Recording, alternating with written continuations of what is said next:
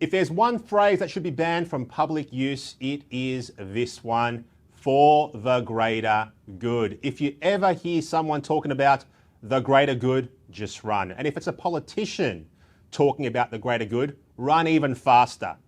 Totalitarians never appear in public as they are, which is sporting horns and a pitchfork.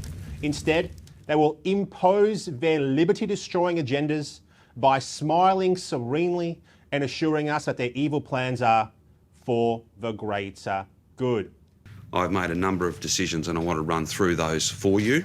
Police and others have additional powers. I have a new series of stage 4 restrictions to announce. You will no longer be able to leave home or go any further away from your home than a 5-kilometre radius. Only one person will be able to go shopping once per day. Recreational activity is now no longer allowed, and there will no longer be able to be any groups bigger than 2, regardless of whether they are from your family or someone else.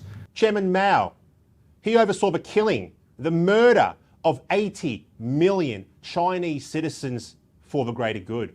Chairman Dan subjected Victorians to the most stringent lockdown in the world for the greater good. And this year, Communications Minister Michelle Rowlands will try to limit what you can and you cannot say on social media. But not because she's a controlling anti-free speech extremist. Oh no. She's only silencing you and your opinion for the greater good. And if you believe that, then you really do need protection from disinformation.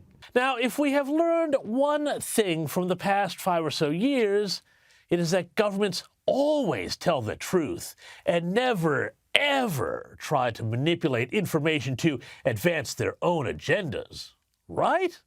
I mean, anybody who thinks differently is probably guilty of spreading harmful propaganda and, dare I say it, misinformation.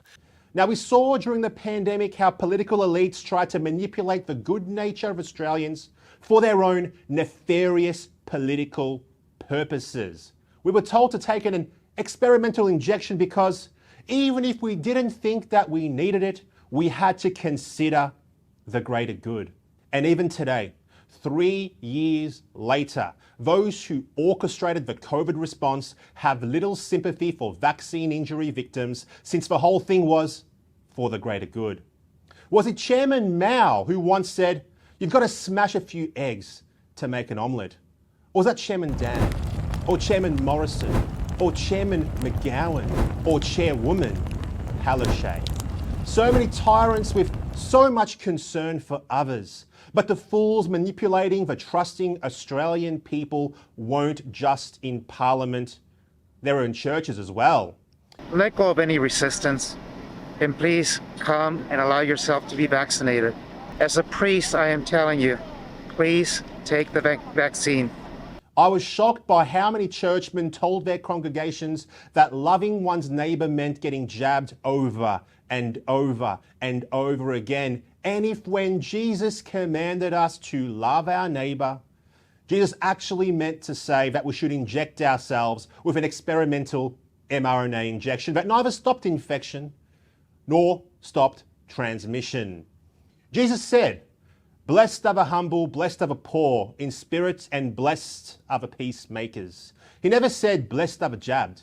But churchmen motivated by fear of government rather than by fear of God implied that Jesus was all in on the jibby jab. And people, they just went along with it. What's that old expression?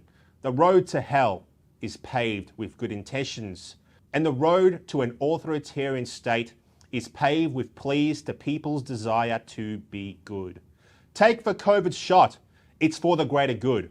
Keep your children home from school. It's for the greater good. Stay away from your mother's funeral. It's for the greater good. And on it went during COVID. Political elites appealing to our morality in order to push their immoral agenda. In New South Wales, people were actually instructed not to talk to their neighbours during COVID. It was, they were told, for the greater good. The greater good does not make individual abuses okay, and vague appeals to sloppy sentimentality do not constitute an argument. Shame on our political leaders who serve up such arguments, and God help populations so intellectually lazy and so ignorant of history as to swallow them. I'm Senator Ralph Babet for the United Australia Party.